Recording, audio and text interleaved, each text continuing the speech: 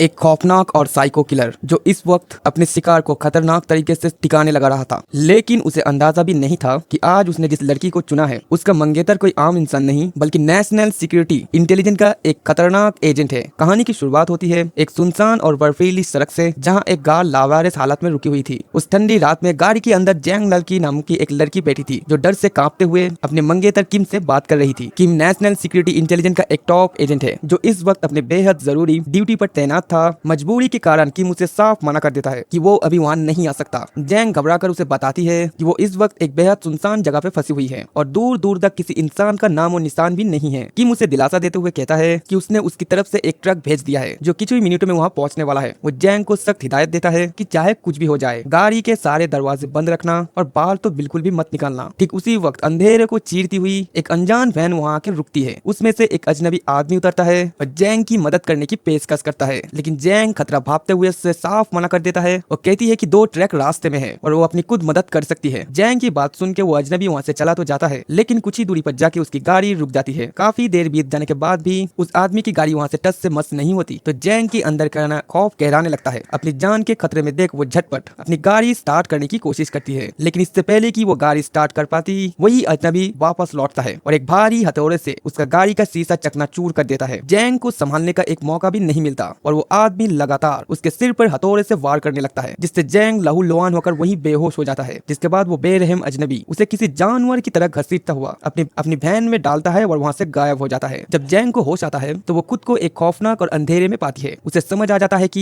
ये आदमी उसकी जान लेने पर उतारू है। दरअसल ये कोई आम अपराधी नहीं है बल्कि एक साइको किलर था जिसका नाम किम चुल था। वो अपनी मजे के लिए आए दिन मासूम लड़कियों को अगवा करता और उन्हें बेरहमी से काट डालता। किम चुल ने सामने टेबल पर कई तरीकों के धार धार तलवार रखे हुए थे जिनसे अब वो जैंग के टुकड़े करने वाला था। जैंग रोते हुए उससे अपनी जिंदगी की भीख मांगती है, लेकिन उस दरिंदे के दिल में बिल्कुल भी दया नाम की कोई चीज ही नहीं था। वो बड़े ही बेरहमी से जैंग की बॉडी के टुकड़े टुकड़े करना शुरू कर देता है। इसी दौरान जैंग की अंगूठी पास ही नाले में गिर जाती है। किम चुल सबूत मिटाने की नीयत से उस अंगूठी को ढूंढने की बहुत कोशिश करता है, लेकिन वो उसे कहीं नहीं मिलती। आखिर में वो फर्श पे बिखरा सारा खून नाले के रास्ते बहा के देता है। उसी दिन कुछ दूरी पर एक छोटा लड़का खेल रहा था। खेलते खेलते झाड़ियों में पड़े एक काले प्लास्टिक में उसकी नजर पड़ती है। जैसे ही वो उत्सुकता में उस बैग को खोलता है उसके होश ही उड़ जाते हैं। अंदर इंसान का कटा हुआ कान था जो किसी और का नहीं बल्कि जैंग का था। ये खबर फैलते ही पुलिस उसे ढूंढने लगती है और भारी पुलिस टीम छानबीन के लिए उस जगह को सर्च करते हैं। तभी वहाँ पे डिटेक्टिव जॉन पहुंचती है जो कि जैंग के बदनसीब पिता थे। वो अपनी बेटी की एक झलक देखने के लिए आगे आता है, लेकिन पुलिस वाले उन्हें रोक देते हैं क्योंकि नाले से जैंग का कटा हुआ सिर बललात हुआ था। ठीक उसी वक्त किम भी बदमाश भाव में पहुंच जाता है। जैसे ही जमीन पे जैंग का कटा हुआ सर नजर पड़ती है उसके पैरों तले जमीन खिसक जाती है। वो अंदर से पूरी तरह टूट जाता है, लेकिन इसी गहरे दुख के बीच उसके अंदर बदले की एक भयानक आग जलती है जो अब शांत नहीं होने वाली। किम कसम खाता है कि जिसने भी उसकी मंगेतर को इस हाल में पहुंचाया है वो उसे ढूंढ कर तरपा तरपा के मारेंगे। जब किंग टूट चुके कि डिटेक्टिव जॉन के पास आता है तो जैंग के पिता रोते हुए उससे कहती है, मैं खुद एक पुलिस वाला होके भी अपनी बेटी की जान तक नहीं बचा सका, इसीलिए मैं अपनी बेटी का बदला तुम्हारी भरोसे छोड़ता हूँ। तुम्हें हर हाल में उस दरिंदे को ढूंढ कर उसे सजा देनी होगी, वरना मैं जीते जी खुद को माफ नहीं कर पाऊंगा। उसी दिन किम अपने डिपार्टमेंट से 2 हफ्तों की छुट्टी ले लेता है। उसका मकसद अब सिर्फ कानून के दायरे में रहकर उसे गिरफ्तार करना नहीं बल्कि मौत से भी बदतर टॉर्चर देना था। किम अपने साथी एजेंट से गुपचुप तरीके से एक स्पेशल ट्रैकिंग डिवाइस लेता है जो आवाज और लाइव लोकेशन ट्रैकिंग को दोनों को चेक कर सकता था। उधर पुलिस भी अपनी पुरानी फाइलों को खंगा कर 4 ऐसे खतरनाक साइको किलर की लिस्ट सौंपती है जो पहले भी ऐसी वारदातों में शामिल रह चुके थे। किम तय करता है कि वो इन चारों के अड्डों पर एक एक करके छापा मारेगा और असली कातिल का पता लगाएगा। उसी रात किम पहले साइको किलर का दरवाजा तोड़कर उसके घर के अंदर जाते हैं। किम बिना कोई वक्त गवाए उसे बुरी तरह पीटना शुरू कर देता है। वो उसे रस्सियों से बांधता है और जैंग की गाड़ी की तस्वीर दिखाकर उसे पूछताछ करती है, लेकिन वो साइको खौफ में आकर मना कर देता है कि उसने उस गाड़ी को आज तक नहीं देखा। किंग समझ जाता है कि ये वो आदमी नहीं है, इसीलिए वो वहीं पे उसको छोड़कर दूसरे किलर के लिए चला जाता है। दूसरा कातिल एक बाइक पे सवार होकर जा रहा था। किंग अपनी बाइक से उसकी गाड़ी को जोरदार टक्कर मारता है। इससे पहले कि वो संभल पाता वो हमला करता, किंग उसके बेदन धुलाई कर देता है। किंग अपने फोन से उसका चेहरा मैच करता है, लेकिन बदकिस्मती से वो कोई साइको किलर नहीं बल्कि एक आम नागरिक होता है। किंग घर लौटकर तीसरे संदिग्ध आदमी की फाइल देखता है। उस फाइल को देख के साफ लग रहा था कि ये इंसान बेहद खतरनाक। वहीं साइको किलर किम चुन उसी तलाश में निकल चुका था। वो अपनी वैन एक सुनसान बस स्टॉप पर रुकता है जहाँ पे एक लड़की अकेली खड़ी थी। किम चुन बड़ी शालीनता से उससे कहता है कि रात बहुत हो गई है, तुम चाहो तो मैं तुम्हें आगे तक छोड़ सकता हूँ। लड़की पहले तो मना करती है, लेकिन किम चुन बातों बातों में ही उससे अपनी झांसों में ले लेता है और वो लड़की उसकी गाड़ी में बैठ जाता है। गाड़ी चलने के बाद वो लड़की उससे बात करने की कोशिश करती है, लेकिन किम चुन की चेहरे के हाव भाव बदलने लगते हैं। उसके चेहरे पर एक अजीब सा हिंसक खौफ दिख रहा था। इससे पहले कि उस लड़की को किसी खतरे का एहसास होता या वो भागने की कोशिश करती, किम चुल उस वैन को एक सुनसान जगह पे रोकता है। वो गाड़ी से लोहे की रॉड को निकालता है और लगातार लड़की के सिर पे वार करके उसे मार डालता है। उधर किम सुराग ढूंढते ढूंढते उसकी लड़की घर तक पहुंच जाता है, लेकिन वहाँ पे किम चुल मौजूद ही नहीं था। किम उससे बुरे माँ बाप से मिलता है और उन्हें किम चुल की तस्वीर दिखाता है। तस्वीर देखते ही उसकी माँ रोने लगती है और बताती है ये हमारा बेटा है, लेकिन अब हमारा इससे कोई भी रिश्ता नहीं है। इसकी बीवी की मौत के बाद इसने अपने खुद के बेटों को भी छोड़ दिया और घर से भाग गया। किम जब उसका ठिकाना पूछता है तो माँ कहती है कि उन्हें कुछ भी नहीं पता, लेकिन उसके पास खड़ी किम चुल उसकी छोटे बेटे की तरफ देख के इशारा करती है कि शायद इसके बारे में सिर्फ यही जानता है। किम उस बच्चे के पास जाता है और प्यार से पूछताछ करती है, जिसके बाद बच्चा किम चुल की असली ठिकाने का पता बता देता है। किम बिना एक भी पल गवाए उसके ठिकाने पे पहुंच जाता है और उसके कमरे की एक एक छानबीन शुरू करता है। छानबीन के दौरान एक अलमारी से लड़कियों के कुछ ढेरों सामान मिलता है।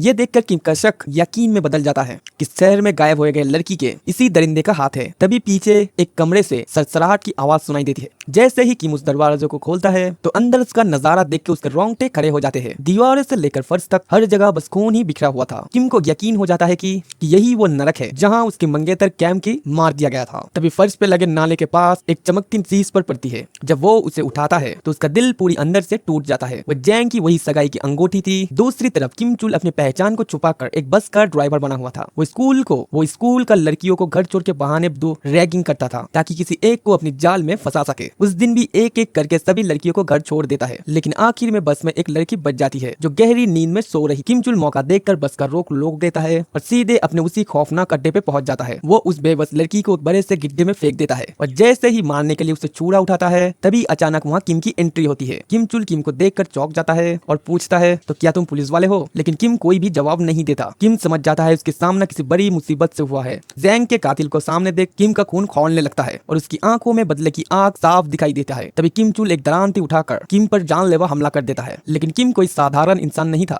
वो एक ट्रेंड सीक्रेट एजेंट था। किम पैतरे बदलते हुए किम चुल पर हावी हो जाता है और उसे मार मार के अधमरा कर देता है। किम जमीन से एक भारी पत्थर उठाता है और ऐसा लगता है कि वो किम चुल का सिर कुचल देगा, लेकिन एयर वॉक पर वो रुक जाता है। वो किम चुल को इतनी आसान मौत नहीं देना चाहता था। वो चाहता था कि ये दरिंदा तरफ तरफ के अपनी जान की भीख मांगे। किम जबरदस्ती किम चुल का मुंह खोलता है और वो स्पेशल ट्रैकिंग डिवाइस उसकी पेट पे धकेल देता है ताकि वो उसकी हर एक बातचीत और हरकत को लाइव सुन सके। इसके बाद किम वहाँ पे एक लिफाफा छोड़ता है और वहाँ से गायब हो जाता है। काफी देर बाद किम चुल को जब होश आता है तो वो उस लिफाफे को खोलता है जिसमें ढेरों पैसे रखे थे। किम चुल हैरान होकर बुदबुदाता है कि मैं तो पागल था ही, लेकिन ये तो मुझसे भी बड़ा पागल है। किम चुल जख्मी हालत में रोड पे रुक के किसी गाड़ी की इंतजार करता है। तभी वहाँ पे कार आके रुकती है और वो उसमें बैठ जाता है। उस गाड़ी की पिछली सीट पे एक और आदमी बैठा था जिसके चेहरे की क्रूरता बता रही थी कि वो भी कोई सीधा इंसान नहीं है। गाड़ी की ड्राइवर उसके कपड़े पे खून को देख के हंस रहा था। ये देख कर किम चुल का दिमाग घूम जाता है। इससे पहले कि वो दोनों कुछ समझ पाते, किम चुल अपनी छुपा हुआ चाकू निकालता है और ताबड़तोड़ वार करके दोनों को मौत की घाट उतार देता है। जब किम चुल उन लाशों को छुपाने के लिए गाड़ी की डिक्की खोलता है तो अंदर पहले से ही एक लाश पड़ी हुई थी जो उस असली कार ड्राइवर की थी जिसे मारकर वो गाड़ी चुराई थी, यानी कि वो दोनों भी साइको किलर ही थे। ये देखकर किम चुल की चेहरे पर एक शैतानी मुस्कान आ जाती है, जैसे वो कह रहा हो कि मुझसे बड़ा दरिंदा कोई भी नहीं। अगली सुबह किम चुल अपने चेहरे पर पट्टी करवाने के लिए एक छोटे से डॉक्टर के पास जाता है। वहाँ उसकी नजर एक बेकसूर नर्स पे पड़ती है और वो तुरंत उसका अगला शिकार चुन लेता है। वो डॉक्टर पर हमला करके उसे रास्ते से हटाता है और जैसे ही उस नर्स का काम तमाम करने के लिए आगे बढ़ता है, ठीक उसी वक्त किम वहाँ पे आ धमकता है। किम को पता था कि किम चुल कहाँ है। किम आते ही किम चुल पर टूट पड़ता है और उसे बुरी तरह पीटने लगता है। इसके बाद किम एक बड़ी सी कील लेता है और उसके सीधे किम चुल की आर पार ठोक देता है।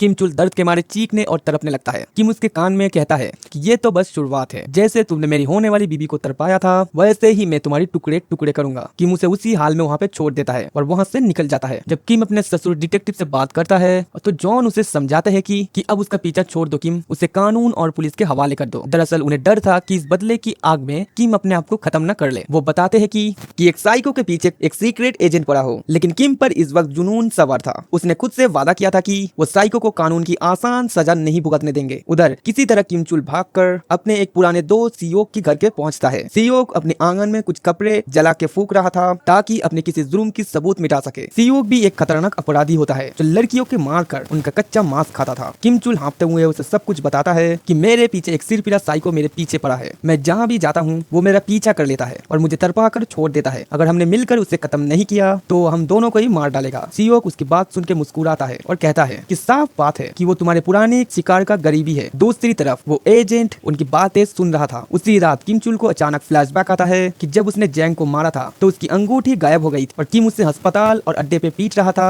तो वही अंगूठी किम के हाथ में भी थी। ही किम चुल की दिमाग की बत्ती जलती है और उसे समझ आ जाता है कि ये आदमी कोई और नहीं बल्कि उसी लड़की जैंग का मंगेतर है। इसी बीच सियोक अपनी तहखाने का दरवाजा खोलता है जहाँ एक लड़की जंजीरों से बंधी हुई थी। वो उसे घसीटता हुआ किचन के स्लैब पे लाता है। वो लड़की रोते हुए अपनी जान की भीख मांगती है, लेकिन सियोक पर इसका कोई असर ही नहीं होता। वो जैसे ही उस पर छुरी चलाने वाला होता है, मौके पर किम की एंट्री होती है। किम बिजली की फुर्ती से सियोक पे हमला करता है और सबसे पहले उसकी हाथ ही तोड़ देता है जिनसे उसने मासूमों को काटा था। इसके बाद सियोक को लोहे की जंजीरों से बांध देता है और उसके हाथ में चाकू घोंप देता है। किम गुस्से में कहता है कि अब मैं तुम्हें बताऊंगा कि बेकसूरों को काटने का सजा क्या होता है। किम जैसे ही सियोक का मारने के लिए हाथ उठाता है, तभी ऊपर की मंजिल से किम चुल उस पर अंधाधुंध फायरिंग शुरू कर देता है। किम खुद को बचाने के लिए ऊपर चला जाता है। किम चुल गनताने उसको ढूंढ ही रहा था कि अचानक पीछे से किम उसके एक ढाल जैसा पहुंच जाता है। किम लोहे की एक भारी रॉड उठाता है और पूरी ताकत से किम की बरसाना शुरू कर देता है। किम उस पर तब तक वार करता रहता है जब तक कि वो मजबूत लोहे की रॉड बीच से टूटकर बिखर नहीं जाती। किम उसकी बेहोश बॉडी को गाड़ी में डालता है और वहाँ से रफू चक्कर हो जाता है। अगली सुबह भारी पुलिस उसके घर में छापा मारता है। सियोक की हालत और वहाँ के सबूत देखकर पुलिस ऑफिसर अपनी चीफ से कहता है कि किम कानून को अपने हाथ में ले चुका है और चुल से बदला ले रहा है। हमें उसे हर हाल में रोकना होगा। पुलिस चीफ उसकी लोकेशन जानने की कोशिश करती है, लेकिन किम की पुराने रिकॉर्ड और उसकी ट्रेनिंग के आके वो पूरी तरह लाचार थी। उधर किम कुंचुल को उधर एक पुराने गुप्तचर पर आता है। किम उस डॉक्टर को बताता है कि उसने किम चुल के पेट में एक ट्रैकिंग डिवाइस रखा है, लेकिन बेहोशी का नाटक करके किम चुल ये सुन लेता है। बाद में किम चुल का एक सुनसान टनल में फेंक देता है तो किम चुल जोर जोर से हंसने लगता है। उसे अब खेल समझ आ चुका था। वो चिल्लाकर कहता है कि मुझे पता है तुम मुझे सुन रहे हो, तुमने मुझे जिंदा छोड़ के बहुत बड़ी गलती कर दी। अब मैं तुम्हें बताऊंगा कि असली दर्द क्या होता है। किम चुल आगे कहता है,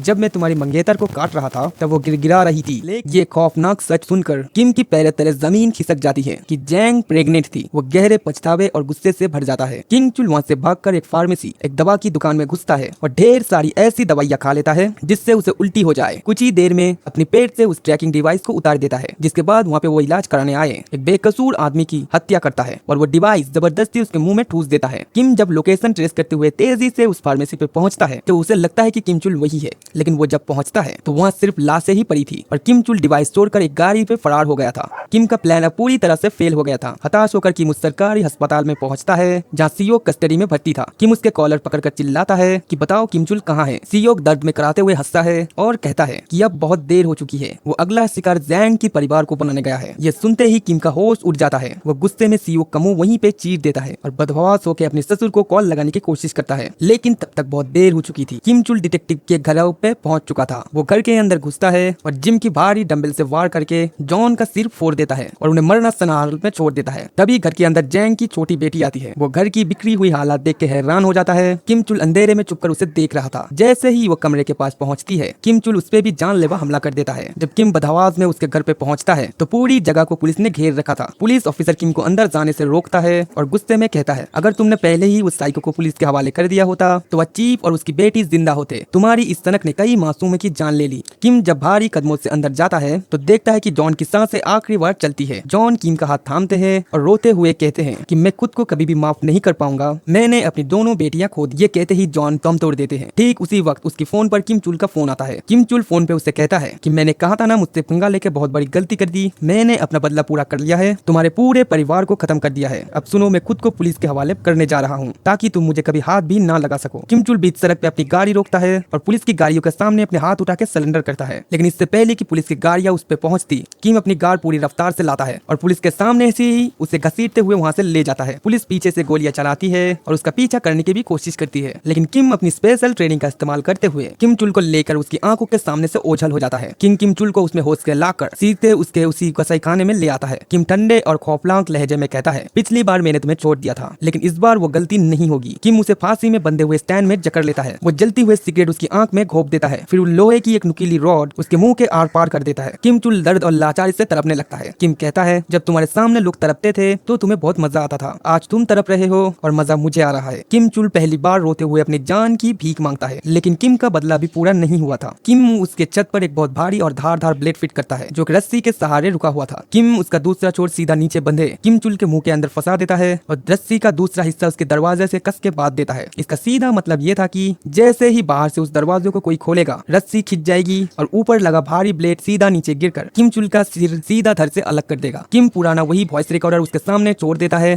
ताकि उसकी आखिरी चीखें सुन सके और खुद चुपचाप उसके घर से बाहर निकल जाता है। बाहर निकलते ही किम उसके छोटे माँ बाप और बूढ़े बच्चे को फोन करते हैं और उन्हें तुरंत इस पते पे आने के लिए कहता है। किम की गाड़ी कुछ ही दूरी पर पहुंची थी कि किम चुल की परिवार वहाँ पे पहुंच जाता है। किम चुल का बाप जैसे ही घर के बाहर आता है और अंदर जाने के लिए उस हैंडल को पकड़ता है, अंदर बदा किम चुल खिड़की से उसे देख लेता है। वो समझ जाता है कि क्या होने वाला है। वो अपनी पूरी ताकत से चिल्लाकर उसे रोकने की कोशिश करता है, लेकिन मुंह में रॉड और रस्सी होने के कारण उसके मुंह से सिर्फ खिसकने की आवाज आ रही थी जो बाहर तक नहीं पहुंच पाती। अंदर से कोई हलचल न पाकर उसका बाप जैसे ही जोर से उस दरवाजे को खोलता है, वहां लगा भारी ब्लेड बिजली की रफ्तार से नीचे गिरता है और एक ही झटके में किम चुल का सिर दर्द से अलग हो जाता है। दरवाजा खुलते ही किम चुल का कटा हुआ सिर सीधे उसके माँ बाप के पैरों के सामने गिरता है। अपने ही बेटे का ये खौफनाक अंत देखकर उसकी माँ और बाप चीखने चिल्लाने लगता है। उधर उसके भयानक चीखों और आवाजें सुन रहा था। आखिरकार उसका वो खौफनाक बदला पूरा हो चुका था, लेकिन इस बदले को मुकाम तक पहुंचाने के बाद भी किम का दिल का दर्द कम नहीं हुआ था। वो सड़क को बीचे बीच फूट फूट के रोने लगता है। उसने अपने प्यार का बदला तो ले लिया था, लेकिन इस जंग में उसने अपना सब कुछ, अपना पूरा परिवार खो चुका था। और इसी दर्दनाक मोड़ के साथ ये कहानी यहीं पे खत्म होता है। वीडियो कैसी लगी कमेंट में जरूर बताना।